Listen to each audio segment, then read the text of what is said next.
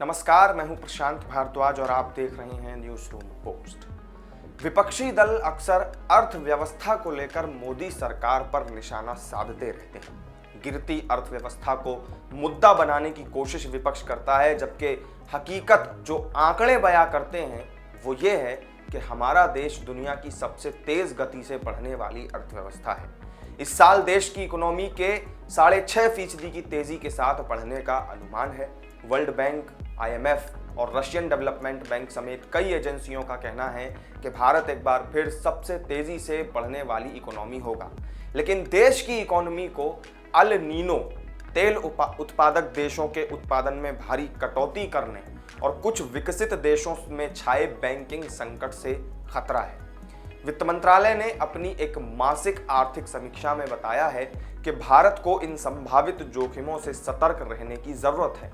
इन कारणों से देश की अनुमानित ग्रोथ और महंगाई प्रभावित हो सकती है। प्रशांत महासागर में पेरू के निकट समुद्री तट के गर्म होने की घटना को अल नीनो कहा जाता है। इस वजह से समुद्र की सतह का तापमान सामान्य से 4 से 5 डिग्री ज्यादा हो जाता है और इस गर्मी से समुद्र में चल रही हवाओं के रास्ते और रफ्तार में बदलाव आ जाता है और फिर मौसम चक्र बुरी तरह से प्रभावित होता है। अल नीनो की सक्रियता का असर दक्षिण पश्चिम मॉनसून के ऊपर पड़ता है। कुछ हिस्सों में भारी बारिश होने लगती है और जबकि कुछ हिस्सों में सूखे की गंभीर स्थिति पैदा हो जाती है। वित्त मंत्रालय के मुताबिक अल नीनो से सूखे जैसे हालात देश के कुछ हिस्सों में बन सकते हैं। इससे फसलों के उत्पादन में कमी और कीमत में बढ़ोतरी देखने को मिल सकती है। अल नीनो स्पेनिश भाषा का एक शब्द होता है जिसका मतलब होता है छोटा बच्चा। इस साल अल नीनो के प्रभाव की वजह से मॉनसून पर असर पड़ने की आशंका है। हालांकि मौसम विभाग ने मॉनसून के सामान्य रहने का अनुमान जरूर जताया है, लेकिन मौसम का अनुमान लगाने वाली एक दूसरी निजी संस्था है स्काईमेट, और उसने बताया है कि मॉनसून के सामान्य से कम रहने की भविष्यवाणी इस बार उसने की है। देश के एग्रीकल्चर सेक्टर के लिए आपको भी पता है कि मॉनसून कितना जरूरी होता है। देश की 60% आबादी की आजीविका खेती पर निर्भर होती है और जीडीपी में भी इसका 18% योगदान होता है। देश में करीब आधी खेती योग्य जो जमीन है वो मॉनसून पर निर्भर है। इसके अलावा हाल ही में तेल उत्पादक देशों के संगठन ओपेक प्लस ने भी मई से अपने उत्पादन में, अपने प्रोडक्शन में कटौती की घोषणा करके सबको चौंका दिया था। इससे अंतर्राष्ट्रीय स्तर पर कच्चे तेल की कीमतों में भारी उछाल आया और ये भारत के लिए बड़ी चिंता की बात इसलिए भी है क्योंकि हम अपनी जरूरत का 85% कच्चा तेल विदेश से आयात करते हैं। तेल की कीमत बढ़ने से देश का व्यापार घाटा बढ़ता है।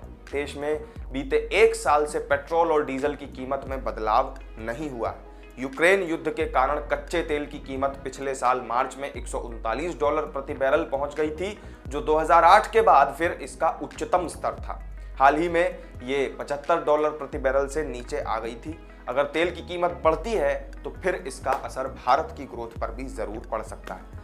इसके अलावा तीसरी बात आती है बैंकिंग संकट की। तो अगर बैंकिंग संकट की बात करें तो फाइनेंस मिनिस्ट्री के मुताबिक चालू खाता घाटा, जिसे करंट अकाउंट कहते हैं, उसमें सुधार, महंगाई के दबाव में कमी और नीतिगत दरों में वृद्धि का सामना करने के लिए पर्याप्त मजबूती वाली बैंकिंग प्रणाली से वृहद आर्थिक स्थिरता बढ़ती दिख रही है और इससे जो वृद्धि दर है वो और भी टिकाऊ बनी है।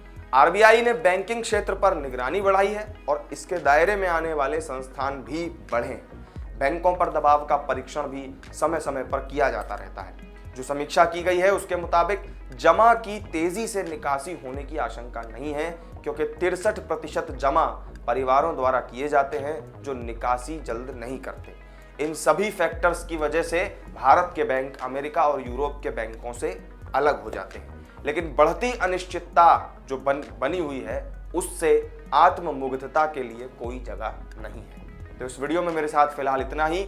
अल नीनो के हमारी अर्थव्यवस्था पर पड़ने वाले प्रभाव को लेकर आपका क्या मानना है, कमेंट करके जरूर बताएं। वीडियो पसंद आई हो तो लाइक और शेयर कर दें और चैनल को सब्सक्राइब करना ना भूलें।